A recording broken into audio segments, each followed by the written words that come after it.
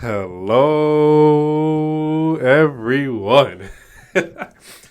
How y'all doing out there, man? Hope y'all doing good. Staying safe and just staying alive. And I think I smell something. It smells like consistent. It smells like consistency right now. Okay, I don't want to jinx it, but okay. Let me get into this because this is gonna be a long video. I don't even know why I keep saying that. Just a habit nowadays. But yeah, let me get into this. So I know I'm very, very, very late. I'm super late. I'm OD late. I'm mad late, as they say in New York. I know I'm very late with this, but just hear me out, okay? I wanted to make sure that my response wasn't super emotionally driven because I know that if I talked about this topic right away, that's most definitely what would have happened.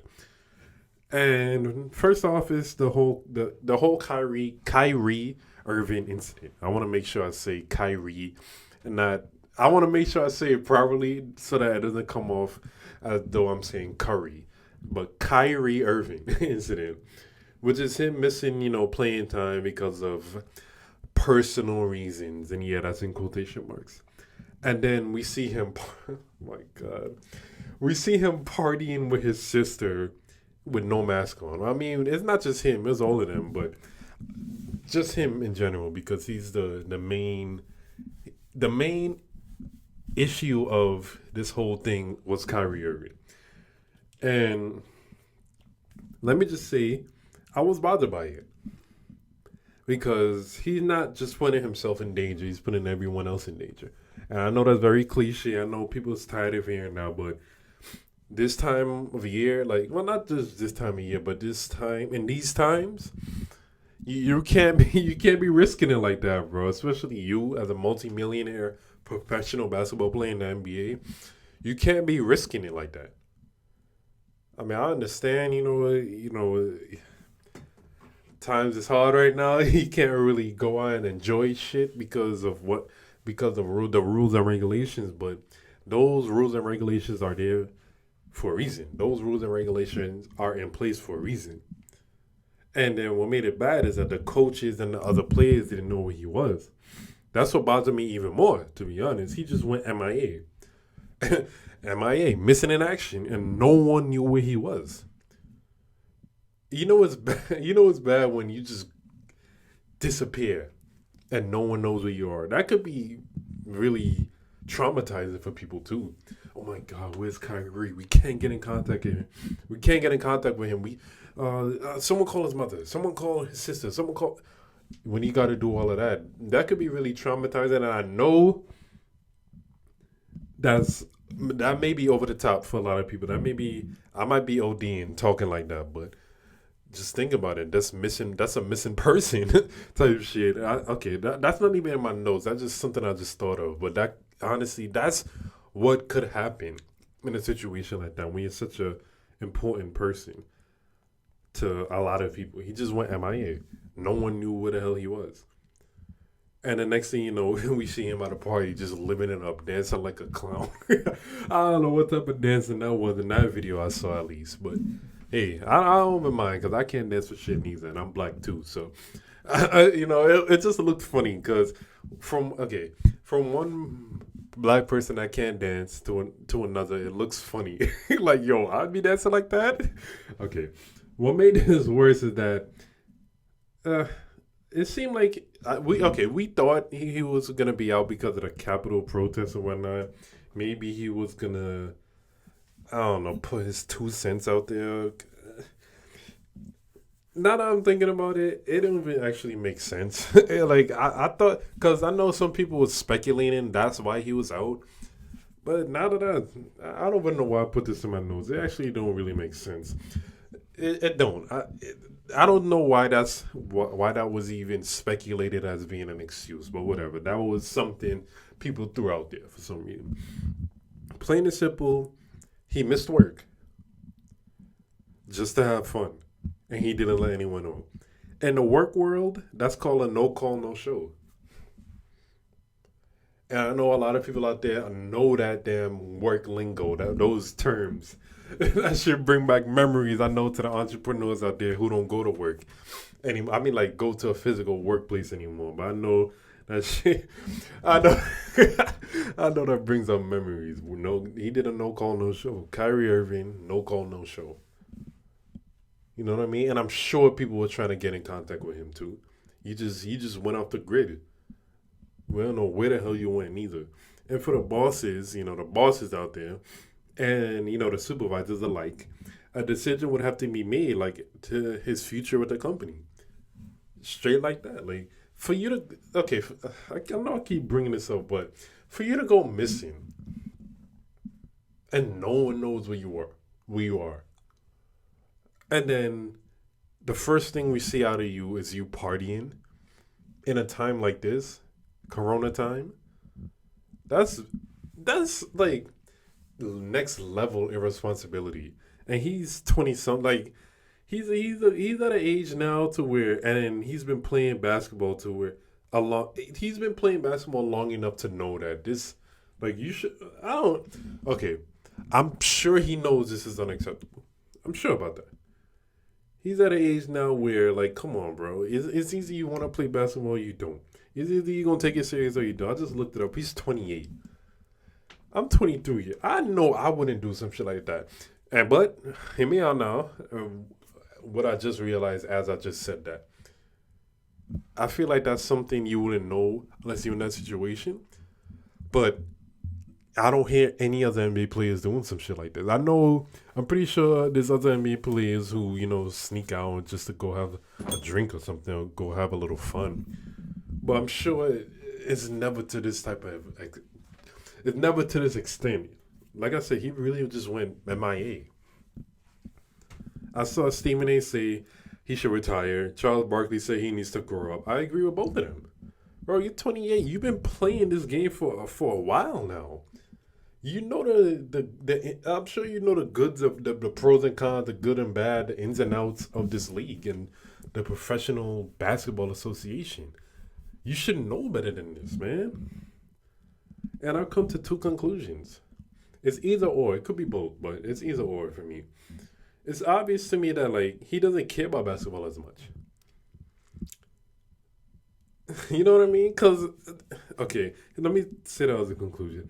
Or he feels as though he's too good that he doesn't need to take the game serious. Either way, it's a problem all around. Because I remember, I think it was Kobe, like when he retired or something like that, on why he didn't want to miss games. Because it's like 10 to 13 years or so like that. It goes like that. The snap. Like you see all these players nowadays who ready to miss games, load management. That's in quotation marks. Like, but the old school players never wanted to miss a game. You know what I mean? So it's really funny the difference in times, like a sign of the times, man. Not all though, not all. Not all NBA players nowadays are ready to load manage or whatnot, but that wasn't a thing some years ago, like a decade ago. That was not a thing. That was not something that was even relevant in the league. You know what I mean? Load management. Okay,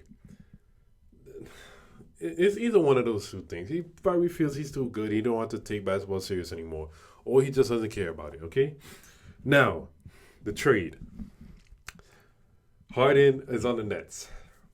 Clap it up. If you were a diehard Nets fan, and not just this year or last year or whatever, when Kyrie came to the Nets,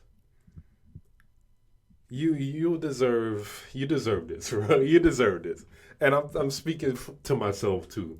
Disclaimer: from here on out, is gonna be personal thoughts. Don't click off the video because I do make this shit type logical too, kind of logical too. So don't click it off. Don't click off yet. I'm not used to having nice things. That's just a thing in my life, to be honest.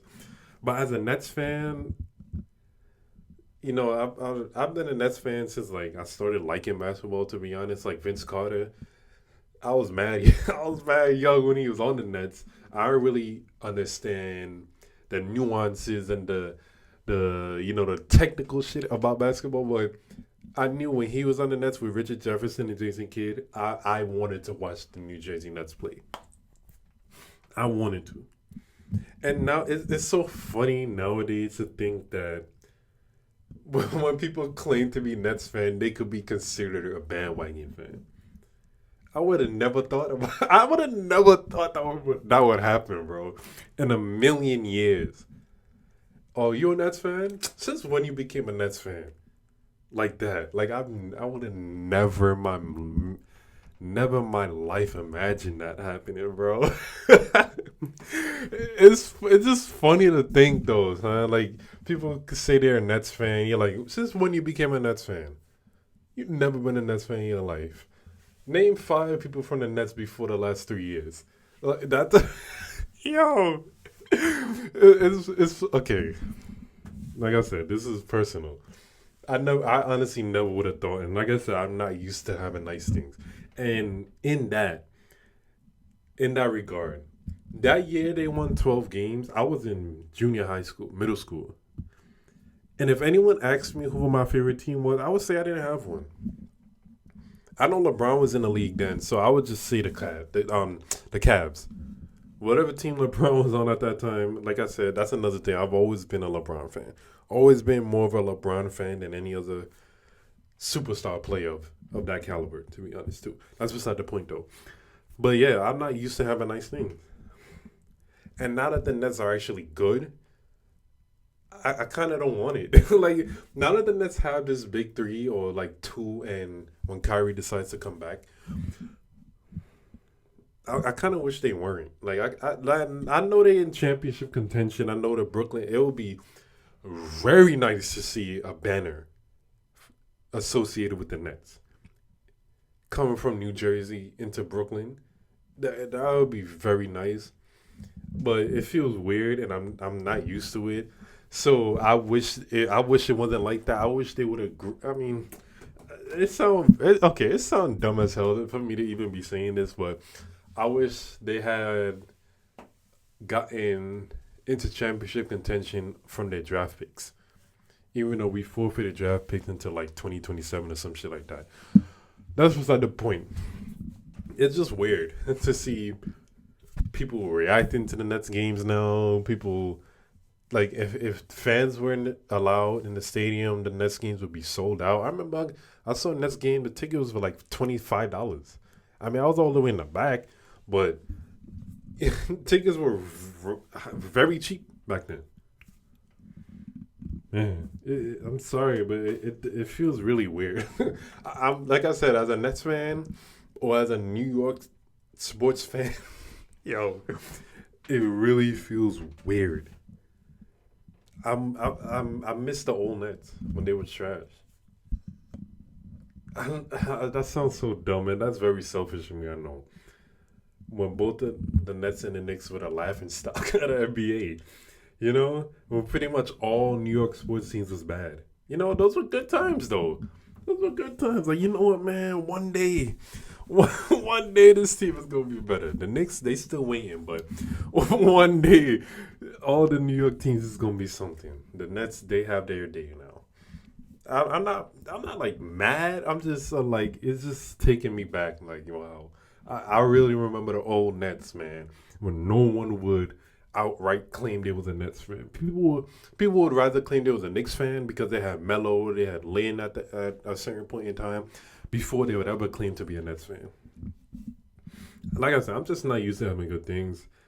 I know that was emotionally driven, but good luck though. Good luck to the Nets. I still think the Lakers will probably take it, but good luck to the Nets. And of course, I will be watching. So yeah, if you made it to the end, man,